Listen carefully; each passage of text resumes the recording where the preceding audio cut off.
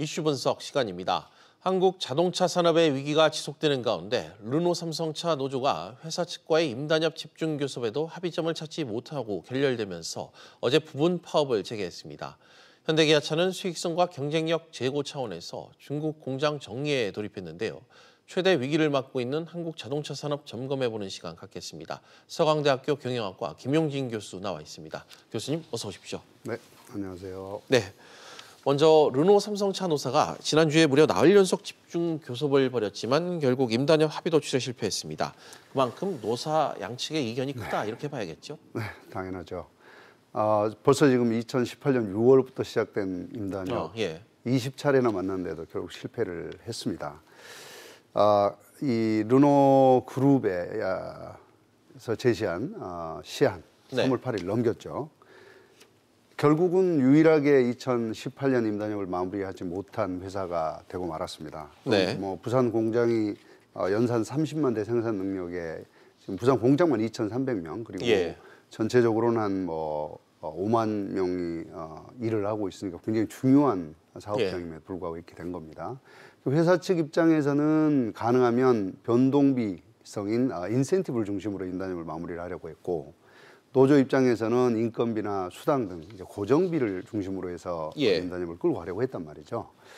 거기 인건비에 대해서는 대부분 합의가 된 상황에서 다시 또 이제 인사 문제를 노조가 끌고 들어오는 바람에 결국은 이제 결렬이 되게 됐습니다. 제가 보기에는 이번 임단협의 결렬은 아마 르노 삼성의 미래에 대해 심각한 문제를 제기하게 되지 않을까 하는 생각을 하고 있습니다. 알겠습니다. 전반적인 평가를 좀 해주셨습니다. 인건비 문제는 근데 어느 정도 입장차를 좁혔다 이렇게 좀 얘기를 해주셨는데 노조 측이 새롭게 요구한 사항이 바로 인사와 경영 참여 문제가 되고 있다 이런 부분을 지적했는데 노조의 특히 이 전환 배치 요구 사측이 좀 아무래도 수용하기 어려운 문제겠죠. 어떻습니까? 당연하죠. 굉장히 수용하기 어렵습니다. 실제로 이제 노조 측이 얘기한 생산 인력 전원 배치 문제는 부산 공장의 특성을 생각을 해보면 굉장히 이 경영진 입장에서는 받아들이기 어려운 문제. 다시 말해서 이제 부산 공장은 사실 위탁 생산이 거의 절반을 넘어가는 즉 생산성이 굉장히 중요한 공장이란 말이죠.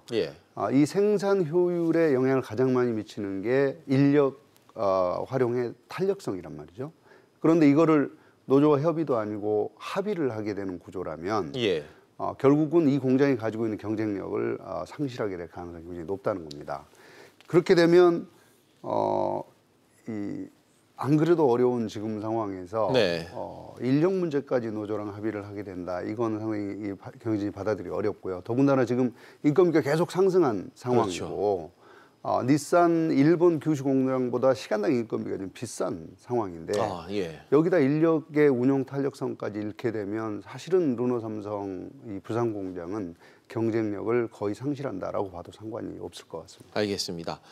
결국 이 르노 삼성차가 로그 후속 신차 배정을 못 받으면 어떻게 되는 건지, 만약 지난해 한국 GM 군산 공장 폐쇄 사태가 또 발생할 수 있을지 이런 우려가 나오고 있는데 좀 어떻게 관측하시나요? 네, 사실은 모든 분들이 좀 우려를 하시는 게 그 부분입니다.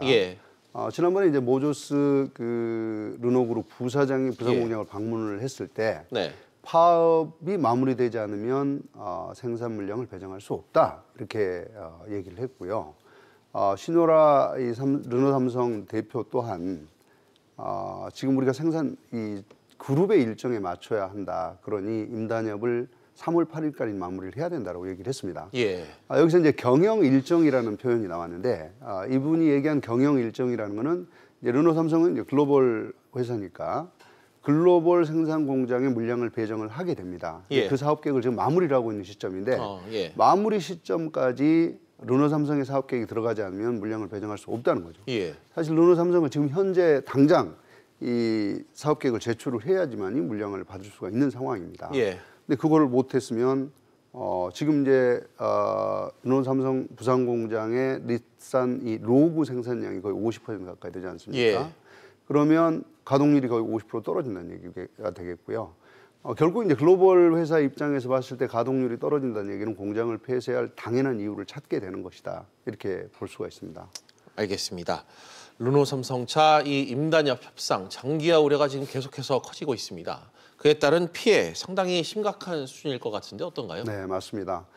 지금 르노삼성이 거의 한 8개월 가까이 지금 끌어오고 있는 거잖아요. 예. 이렇게 되면서 많은 이제 피해들이 발생을 하고 있는데 르노삼성이 뭐 직접적인 피해를 우선 나중에 말씀드리더라도 협력업체가 260개 됩니다. 전체적으로 예. 부산 경남에만 집중으로 몰려 있는데 여기 하면 12,000명 정도가 고용이 돼 있는 예. 상황이란 말이죠. 이렇게 되니까 부산 경남에 있는 협력업체들 가동률 60%로 떨어졌고 그러면서 이들이 입은 피해가 벌써 이제 1,100억을 상회하고 있다라고 예. 보이고요.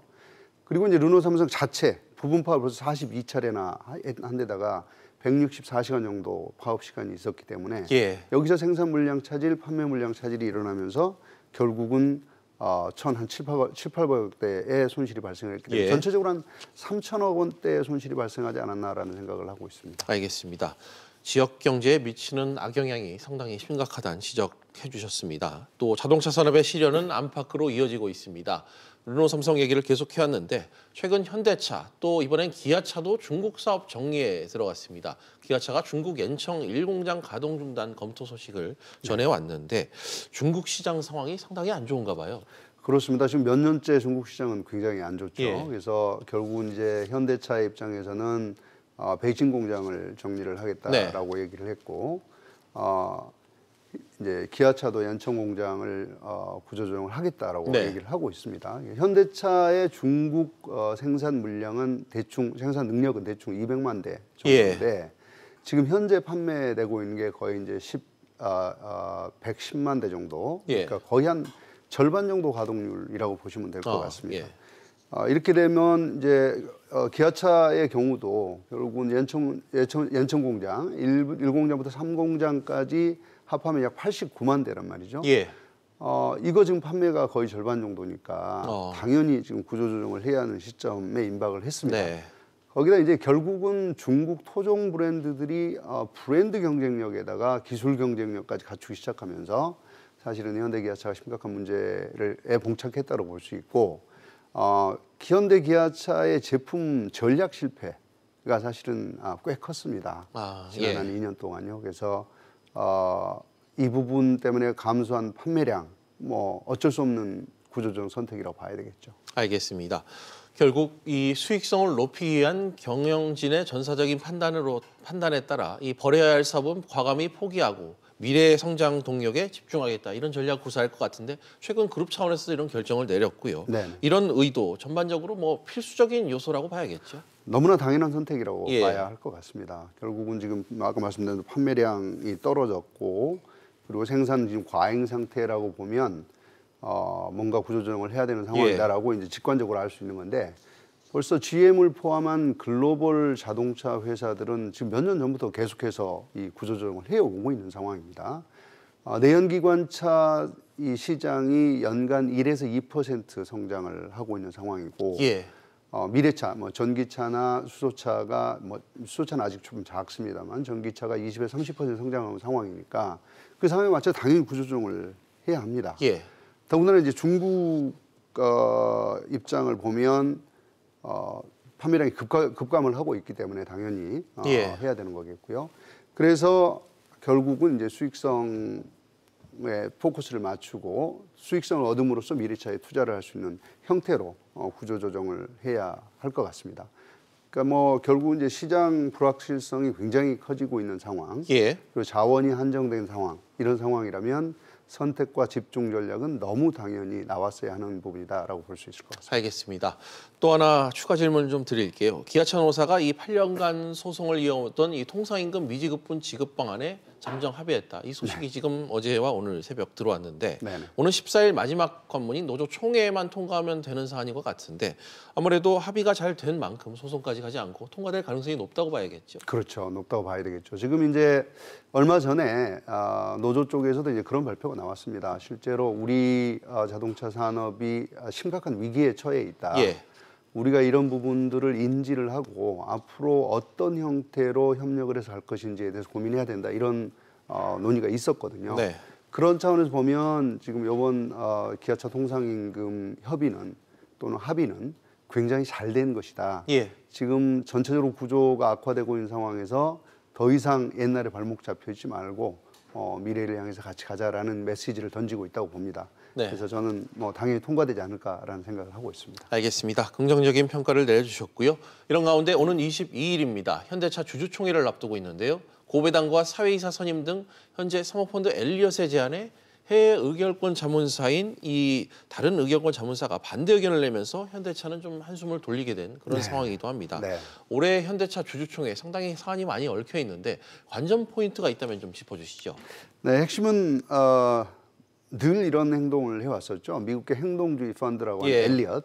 아주 엄청난 고배당을 지금 요구를 했습니다. 거의 8조 3천억 배당을 요구를 했는데 이 8조 3천억은 현대차 쪽에서 보면 약 5조 8천억, 기아차는 2조 5천억쯤 되니까 이 현대차와 기아차 수익의 2배 또는 3배 됩니다. 이 배당이요. 어마어마한 배당인 거죠. 그렇죠. 이미 이 주주 제안을 발송을 했습니다. 네.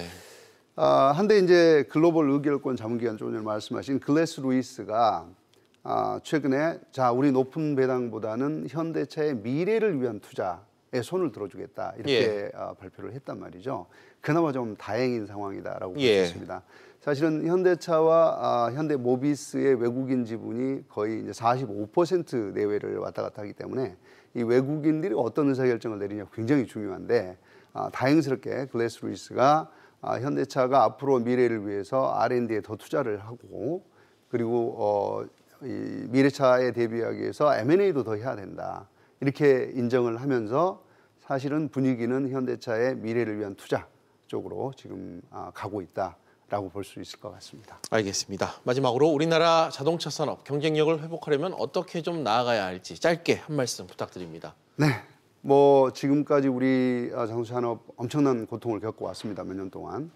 생산량 900만 대까지 올라갔다가 800만 대로 떨어지면서 전체 국가 순위 7위로 떨어졌고요. 그 과정에서 자동차 부품업체들 엄청나게 많은 고통을 겪고 왔습니다. 작년에 이제 정부에서 3조 가량 운영 자금을 지원하기도 했죠. 지금 이제 전체적인 방향은 물론 내연기관이 아직도 굉장히 중요합니다만 전체적인 방향은 미래차, 전기차나 수소차 또는 친환경차 쪽으로 흘러가고 있는 상황이기 때문에 이런 부분에 대한 변화가 빨리 필요합니다.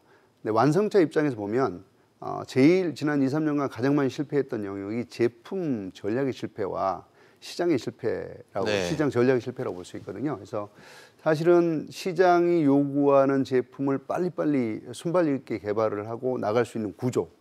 여기 이제 물론 노사 문제까지 포함을 한 겁니다. 그런 부분과 그다음에 새로운 시장을 개척하는 지금 물론 어렵습니다만 아세안 시장을 빨리 개척을 해서 중국에 대체되는 시장을 개발할 필요가 있다라는 부분이 있고요. 부품업체 입장에서는 부품의 글로벌 경쟁력을 높일 필요가 있습니다. 그러니까 기존의 현대 기아차가 급격하게 성장을 하면서 부품업체는 사실 R&D를 많이 안 했거든요. 그러다 보니까 이제 R&D에 집중적으로 투자를 해서 글로벌 경쟁력을 높일 필요가 있고 그리고 지금 현재 디지털로 변화하는 과정이기 때문에 디지털 트랜스포메이션 또는 디지털 변혁에 대한 투자를 집중적으로 함으로써 경쟁력을 높일 필요가 있겠다. 이렇게 볼 수 있을 것 같습니다. 알겠습니다. 지금까지 서강대학교 경영학과 김용진 교수와 이야기 나눠봤습니다. 교수님 오늘 말씀 고맙습니다. 네, 고맙습니다.